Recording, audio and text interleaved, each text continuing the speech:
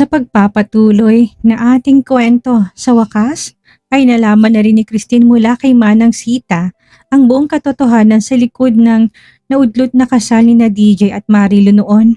Isang malaking gantilang pala ang lahat, ngunit hindi pa doon natatapos ang gabi dahil sa kalagitnaan ng dilim habang hihilahin si Christine ng isang matinding antok, isang pamilyar na bisig ang sasalo sa kanya. Hindi na natin patatagalin pa at simulan na natin. Christine POV. Tahimik na ang buong bahay, wala na ang ingay ng tawanan at sigawan mula sa triplets. Uuwi na rin sina Tita Sylvia at Tito Dexter. Sa wakas nakatulog na din sila at makapagpahinga na rin. Ayaw pa sana nilang pumasok sa kwarto. Pero sinabi kong bukas isasama ko silang tatlo sa treehouse. Excited ako na ipakita sa kanila. Gusto kong makita nilang naging tagpuan namin ng ama nila. Yumuko ako at isa-isa silang hinalikan sa noo. Good night my loves. Bulong ko sa kadahan-dahang lumabas ng kwarto. Pababa ako ng hagdan papunta sa kusina. Bigla ko narinig ang boses ni Manang Sita. Mahina lang at parang may kausap. Kamusta na ang sugat mo? Hindi na ba namamaga? Tanong niya. Napahinto ako. Sugat? Sinong kausap ni Manang ng ganitong oras? Umakyat ang kaba sa dibdib ko. Agad akong bumaba ng mas mabilis pero sinubukan ko na maging tahimik. Manang? Tawag ko, malapit na sa kusina. Pagdating ko sa pinto tumambad sa akin si Manang. Nakatayo sa may counter, naghahalo ng gatas. Napalingon siya kaagad at tila nagulat sa bigla kong pagdating. Agad akong lumapit. Sinong kausap mo? Tumaas ang dalawang kilay ni Manang. Yung pusa, sagot niya. Napataas din ako ng kilay. Pusa? Tumango siya at parang normal lang. Bumalik yung pusang puti, yung madalas sa likod bahay. Nilinis kong sugat niya sa paa. Kawawa eh. Hindi ako kaagad nakasagot. Nagkatinginan kami. Hindi ko alam kung maniniwala ba ako o hindi. Kanina, mga damit ni DJ ang pinaglalabas niya. Ngayon, pusa raw ang kinakausap. Parang may binabalik-balikan si Manang na hindi niya maamin. Okay, tango ko kahit hindi ako kumbinsido. Inabot niya sa akin yung baso ng gatas. Ihahatid ko sana ito sa kwarto pero nandito ka na. Inumin mo na. Pagkatapos magpahinga ka na rin. Huwag ka nang masyadong nag-iisip. Tinanggap ko yun at sumimsim ng kaunti. Pero hindi pa ako tapos. Manang, tinig ko, mas mahina ngayon. Anong nangyari nun? Yung kasal ni DJ at Marilu, bakit hindi na ituloy? Biglang nagibang mukha ni Manang. Tumigil siya at pinunasan na munang kamay sa tuwalya, saka umupo siya. Ako naman, nanatiling nakatayo. Hindi ko alam kung kaya ko ba talagang marinig ang sagot pero gusto ko ring malaman. Desidido noon si Sir DJ, panimula ni Manang. Handang-handa. Akala niya sa kanya talaga ang bata. Napakagat ako sa labi. Umalis si Marilu papuntang US, hindi ba? Pagbalik niya may dalang kwento. Umalis si DJ noon para sunduin si Marilu at magkasama sila buong magdamag. Yun pala, may pinaplano si Marilu. Ang totoo nakipag-inuman na si DJ. Nalasing, may nilagay si Marilu sa inumin niya. Nung mawalan siya ng malay, tinabihan siya ni Marilu. Hubot-hubad sila pareho kinabukasan. At ito namang tangang alaga ko na kumbinsi sa kasinungalingan ni Marilu. Umiling-iling ang matanda sa pagkadismaya. Nalamig ang batok ko. Yun pala ang totoong nangyari ng araw na yun. Pero ang totoo, buntis na si Marilu bago pa yun. Sa ibang lalaki, taga-US ang ama. At dahil galit nga si DJ sa'yo nun, dahil iniwan mo siya, naminapulit siya ni Marilu. Pinikit kong mga mata ko at hindi ko maiwasang mapamura. Pero noong nilayasan mo na, doon lumabas ang totoo. Ang Lolo Francis mong naglabas ng mga ebidensya. Hindi anak ni DJ ang bata, pati ang kasal ninyo pinigilan ng lolo mo na hindi ma-annulled.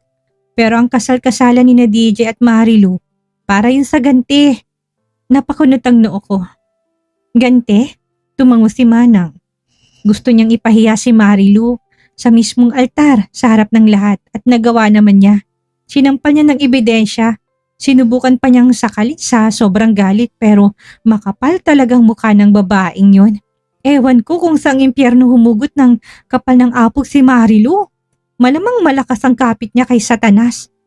Lumuwag ang dibdib ko sa mga narinig kay Manang Sita. Huminga ng malalim si Manang. Kita ko sa mata niya, pagod na rin siya at parang gusto na ring magpahinga. Iha, ubusin mo na yung gatas. Matulog ka na. Huwag ka na magpakalunod sa iniisip. Babalik si DJ. Hanggat wala kang bangkay na nakikita, hindi mo pwedeng sabihin tapos na ang lahat. Tinignan ko siya. Paano po ninyo nasabi? Ngumiti lang siya, payapat may kasiguraduhan. Babalik at babalik siya. Just wait for the right time. Inayos lang ang lahat pero tandaan mo, mahal na mahal ka noon. Hindi siya mawawala ng basta sa tabi mo. Kilala ko si DJ simula sanggol. Parang may kumalabit sa puso ko na pag-asa. Parang may bahagyang liwanag na sumiksik sa likod ng mga tanong ko. Pero hindi ko na pinilit ang sarili ko kahit na nahihiwagaan ako kay Manang. Hinihila na ako ng antok at bumibigat ng talukap ng mga mata ko. Tumango ako kay Manang, marahan. Good night po. At habang papalayo ako, iniisip ko bakit parang sigurado si Manang. Parang may alam siya na hindi ko pa alam. Nasabungad na ako ng pinto at hawak ang baso ng gatas na biglang makaramdam ako ng matinding antok. Ramdam ko na nawalan na ako ng balanse. Oh God! At bago pa ako bumagsak sa malamig na sahig, may mga bisig na sumalo sa akin. Hindi ko man siya makita ng buo dahil blurry ang vision ko. Pero kilala kong amoy na yon. Familiar at hindi ko makakalimutan. Kahit na ilang taon siguro kaming magkawalay. DJ, gusto kong idilat ang mga mata pero parang may ulap ang paligid. Pero kahit hindi malinaw ang mukha niya, kilala ko mga mata nito. Ang ilong, ang bibig na ilang beses ko nang natikman. Hindi to panaginip. Hindi pwedeng panaginip ito. DJ, bulong ko at halos walang boses. Pero hindi siya sumagot. Tahimik siya. Pero ramdam kong bigat ng bawat takbang niya habang buhat-buhat niya ako. Sinandal kong ulo ko sa dibdib niya. Still the same rhythm. Yung tibok ng puso niya. Ang hininga niya. Everything about him. DJ, this time mas mahina at parang gusto kong umiyak. Pero pinipigilan ko. Saka ko naramdaman ng likod ko. Dahan-dahang inilapat sa malambot na kama. Hinaplos ng init ng kumot ang balat ko habang unti-unting bumibigay ang mga mata ko sa antok. Pero may narinig ako. May umusal sa pangalan ko. Mababa ang tono, puno ng pangungulila. God, it was really him. Naramdaman kong init ng mga daliri niya na dumampi sa pisngi ko. Sinundan ng marahang haplos na para bang inaalala ang bawat bahagi ng mukha ko. Siniksik kong pisngi ko sa palad niyang parang panaginip. Hindi ko na kinaya. Gusto ko nang manatili doon. I moaned softly. Hindi dahil sa sakit pero dahil sa sobrang sarap ng pakiramdam. Para akong lumulutang. Gusto ko ang kamay niya. Gusto ko itong dalhin sa bawat parte ng katawan ko na matagal nang nananabik sa kanya. The fingers traced my jaw, then slid down to my neck, pumasok sa buhok ko, and I felt his hand tighten gently. Then I felt it. His lips. Dumampi sa labi ko at parang may kuryenteng dumaloy sa buong katawan ko. Napasinghap ako tapos may narinig ako. Was it a growl? A low, primal sound came from his throat. Hindi to galit, it was hunger, longing, possession, and it made me ache for more. DJ, bulong ko ulit. Dumilat ako kahit nahihirapan pero bago ko tuluyang makita ng malinaw ang mukha niya, hinila na ako ng antok. Bumigay ng katawan ko pero ang takot at pangamba biglang naglalaho. Hindi ko alam kung anong mangyayari bukas. Pero sa sandaling ito, sa halik na ito, sa yakap niyang ito, buhay siya at nandito siya. Naramdaman kong unti-unting humigpit ang yakap niya sa akin. Ang yakap na matagal ko nang hinintay. Ang yakap na ligtas ako, walang takot at walang tanong. Ang yakap na nagsasabing, "You're home." Dumikit pa lalong katawan niya sa likod ko. Dinikit niyang labi niya sa mismong tapat ng tenga ko. Ramdam ko ang init ng hininga niya habang bumubulong. "Baby." Napangiti ako sa lambing ng boses niyang yon. Wala ko narinig na ganong tono kung hindi kay DJ lang. Parang hindi siya nagsasalita. Parang naninikluhod ng kaluluwa niya sa boses pa lang. Kung alam mo lang kung gaano kita kamiss. Hinagod niyang braso ko't sobrang dahan-dahan. Halos hindi ko maramdaman pero sapat para mapakagat ako ng labi sa kilig. Sorry kung natagalan ako pero baby, I'm here now and I swear I'm not going anywhere kahit na ilang bagyo pa ang dumaan, kahit na ilang pagsubok pa, kahit na ilang taon pa. If all roads lead to you, I'll take them again every single time. Parang may humaplos sa puso ko. Malambot, mainit at sabay-sabay ang pagbuhos ng lahat ng damdamin. Gusto kong sumagot. Gusto kong humarap sa kanya at sabihin, ako rin, pero hindi ko na kinaya. Ang bigat ng talukap ko, ang sarap sa pandinig ng mga salitang yon, parang duyan ang bawat syllable. Hinihele ako sa pagod kong katawan. Naramdaman ko pang isang halik sa tuktok ng ulo ko. Sleep now my love, I'll be here when you wake up. At doon na tuluyang bumigay ang lahat sa akin. Bumigay ang mga mata ko, bumigay ang isip ko sa pagod, pero ang puso ko mas gising sa lahat at mas masaya. DJ's back and I finally slept in the arms of the only man I ever wanted to come home. Parang lumulutang ako, parang nasa alapaap. Walang problema, walang sakit at puro init lang ng yakap. Puro haplos sa balat, puro halik sa labit, hindi lang halik, masigit pa. Parang ako lang at siya, parang nag-iisang katawan namin. DJ, I moaned softly, paulit-ulit. Hindi ko na alam kung ilang beses, bastang alam ko ramdam ko siya. Ang bawat galaw, bawat nampi, bawat ungol, kilalang kilala ko. Napasinghap ako. God, it feels so real. And it feels so good. Mainit ang palad niyang nakalapat sa balat ko. Mabigat ang hininga niya, kasabay ng tibok ng puso ko. Pero may mga daliring pumipisil-pisil sa pisngi ko. Mommy, wake up! May mga hagikik. Ang saya ng mga tinig. You're dreaming, Mommy! Sabay tawanan ulit. Napakunit ang noo ko kahit napikit pang mga mata ko. DJ, pero ang tinig na narinig ko hindi boses niya. You really miss Daddy, ani Cole. Because even in your dream, you think about him. Like my dream, Mommy. Dagdag pa niya. Proud na proud pa ang tono. Not only you, sabat naman ni Kael. Also in my dream, we played with Daddy. Ako rin, ako rin. Balik ni Cole. No, ako talaga. Pareho nga tayo. Nagkakagulo na silang dalawa. Parang munting debate na hindi malaman kung sinong panalo. Napabuntong hininga ako sa kadahan-dahang iminulat ang mga mata ko. Umupo ako at sinandal ang likod ko sa headboard at tinakpan ng kumot ang katawan ko. Hindi ko pa rin lubos maisip kung panaginip lang talaga yun lahat. Okay, okay. Bulong ko't medyo paus pa. That's enough, boys. Pareho silang natigilan. I look at them still half asleep. I think we all dream about Daddy because we all miss him, right? Sabay na tumango silang dalawa, saglit na nagkatitigan at parang magic, ngumiti pareho at nagakbayan. We shouldn't fight, ani Kael, because we're buddies, dagdag ni Cole, sabay silang nagsabi.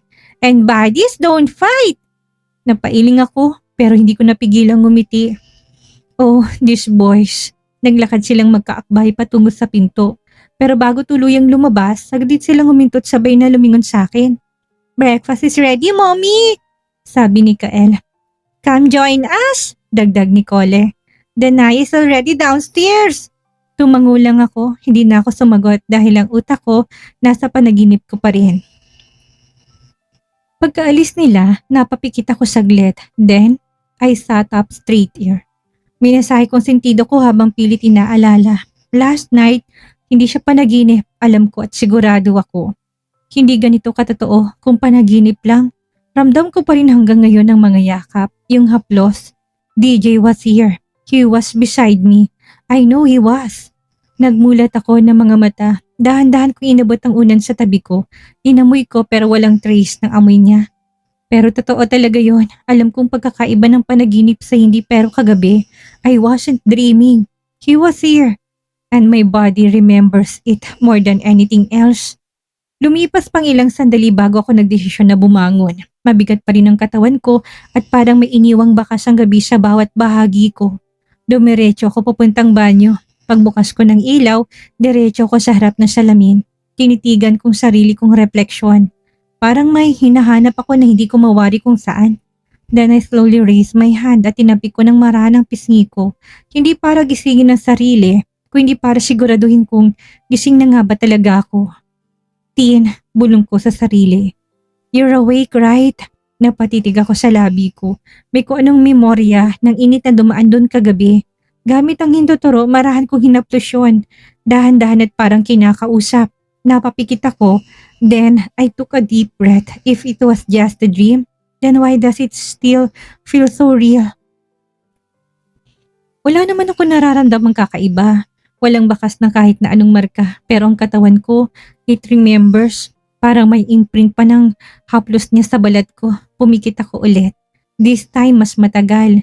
Pagmulat ko I shook my head. I need a cold shower. Mahina kong sabi. Tinanggal kong suot ko at pumasok sa loob ng shower. Habang bumabagsak ang malamig na tubig sa balikat ko, marahan kong niyakap ang sarili kong hubad na katawan. I miss this. Not just intimacy, hindi lang ang halik, hindi lang ang pagangkin ko, hindi ang yakap niya. Yung parang sinasabi ng katawan niyang, "You're mine, I'm not going anywhere." Gusto kong burahin ang nararamdaman ko pero habang dumadali ang tubig sa buong katawan ko, imbis na mawala, lalo lang siyang nanunuot. The way he held me, the way he kissed me, every inch of me remembered DJ, and it didn't feel like a dream. It felt like a memory I was trying so hard to replay. Sumandal ako sa tiles, ipinikit ang mga mata. DJ, sambit ko, at sa katahimikan ng banyo, wala akong narinig kundi ang patak ng tubig. Pero sa loob ko, ang buong gabi ay buhay na buhay pa rin. Parang dito pa naginip, parang totoo. At kung panaginip man yun, gusto ko nalang mahulog doon, araw-araw. Pagkatapos kong maligot magbihis, dumiretso na ako sa dining. Amoy na amoy ko ang mga niluto, nagutom tuloy ako. Pero bago pa ako makalapit ng tuluyan, agad akong sinalubong ng ingay mula sa mga triplets. Kita ko kagad silang tatlo, magkakatabi at parang may sariling mundo. Habang nagsasalo sa almusal, tawanan, kwentuhan, palitan ng jokes na sila lang ang nakakaintindi. Nakita ko ni Cole at agad akong tinanong, "Mommy, did you dream about Daddy? You kept saying his name." Napailing ako sabay tawa. Ikaw talaga, Cole, ang ingay mo. Sumingit naman si Danaya. Masiglang kumakaway. "Is that true, Mommy?" Tapos ngumiti siya ng malaki. "Same with me. I saw Daddy last night. He hugged me and said, 'I love you so much, my little princess.'" Napatigil ako. Hindi dahil sa sinabi niya pero sa paano niya sinabi. Her eyes lit up. Her voice, it wasn't just make-believe. Parang totoo. Parang may memory siya na binabalikan. Hindi kwento lang ng imahinasyon. Napakunot ang noo ko. "You saw Daddy?" Tanong ko't mababa ang boses. Bigla siyang natahimik, parang may na-realize. Tumingin siya kay Manang Sita at nagtagpo ang mga mata nila. Napansin ko na bahagyang umiling si Manang at halos hindi halata pero sapat para basahin ni Danaya ang ibig sabihin. Kaya tila bumawi agad ng bata. "I mean, in my dream, Mommy? Just a dream?" Tumango ako pero hindi ako kumbinsido. May gumugulo. Umupo ako sa tabi nila at kinuha ang baso ng tubig. Pilit kong iniwasan ang tingin ni Manang pero hindi ako nakatiis. "Manang," I started, then tinuloy ko kahit na may alinlangan. "I had this dream last night. DJ was there. He was beside me. He held me. It felt so real, like I wasn't dreaming at all." Dumiretso si Manang sa mesa, may hawak na takip ng kaldero. "Siguro, Iha, aniya, dahil sa pangungulila mo sa asawa mo. Ganyan talaga kapag miss na natin ang mahal natin sa buhay." Pero umiling ako, marahan. "No, Manang, it wasn't just that. I swear, I felt him. I heard his voice. I wasn't even fully asleep. I think he was really there." Bigla siyang tumigil sa ginagawa, then ngumiti ng tipid. "Marami talagang panaginip na parang totoo. Pero panaginip pa rin yun, Iha." Napabuntong hininga ako. I wanted to argue. Gusto kong ipaglaban ang naramdaman ko kagabi. But I gave up. Walang laban sa matandang ito. Tumango na lang ako't bilang pagsang-ayon. "Maybe you're right." Tahimik akong kumain. Ilang kagat lang, then napatingin ako sa mga bata. Bigla akong ngumiti. "We're going to the tree house later," sabi ko. Bago pa makapagsalita si Manang, nabitawan niyang takip ng kaldero sa pagkagulat. Malakas ang kalubog nito sa sahig. Lahat kami napatingin sa kanya. "What's wrong, Manang?" Tanong ko, medyo naguguluhan. Napansin ko na parang namutla siya. "Huwag na muna kayong pumunta doon," mabilis niyang sabi. "Marupok na ang structure, baka hindi safe." Napataas ang kilay ko. "Marupok? Imposible." Dudang tanong ko, agad na tumango si Manang. "Mas mabuti na ang sigurado," mariin niyang sagot. Hinayaan ko na lang siya, pero sa loob-loob ko hindi ako kumbinsido. I didn't care kung marupok na, because right now, I just wanted to be there. Something inside me was telling me I need to go back there with the triplets. Kaya agad kong tinawag ang dalawang yaya. "Please, paliguan niyo ni mga bata pagkatapos nilang kumain. We'll be going to the treehouse in a bit." "Pero ma, no one can stop me." Putol kong sagot at diretsong nakatingin kay Manang. No one.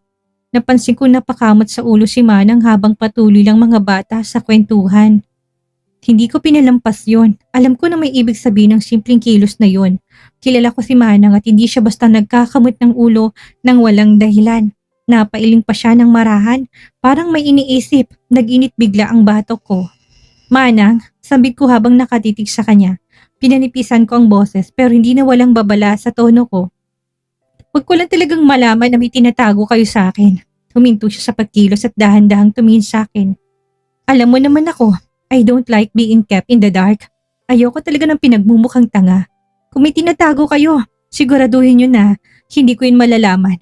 Kasi I swear to the moon and to the star, magsasamang balat sa tinalupan.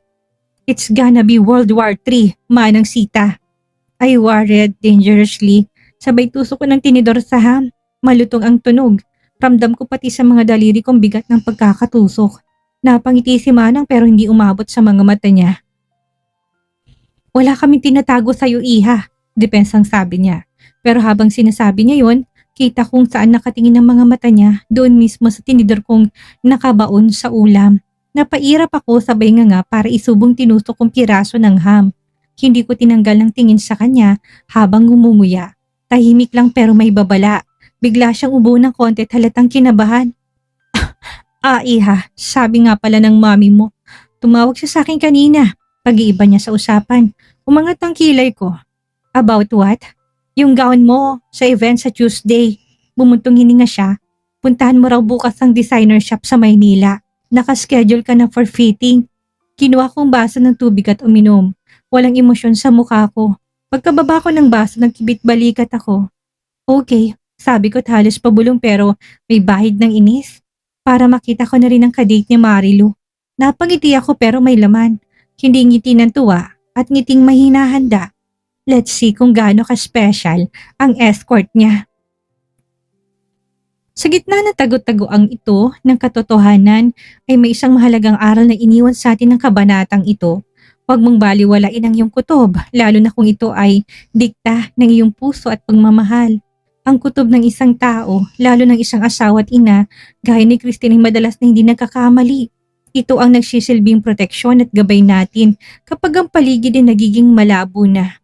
Ngunit kaakibat nito, pinapaalala rin sa atin ng tagpong ito ang halaga ng katapatan sa loob ng pamilya. Ang pagtatago ng katotohanan, kahit pa may mabuting intensyon, gaya ng pagpoprotekta, ay maaari pa rin magdulot ng lamat at pagdududa. Sabi nga ni Christine, ayoko ng pinagmumukhang tanga. Dahil sa huli, ang pagtitiwala ay binuod sa katapatan at ang katotohanan ang tanging magpapalaya sa atin mula sa takot at pangungulila. Huwag bibitiw sa susunod na kapanapanabik na kabanata, mga ka-listeners. Maraming salamat sa inyong patuloy na pagsubaybay.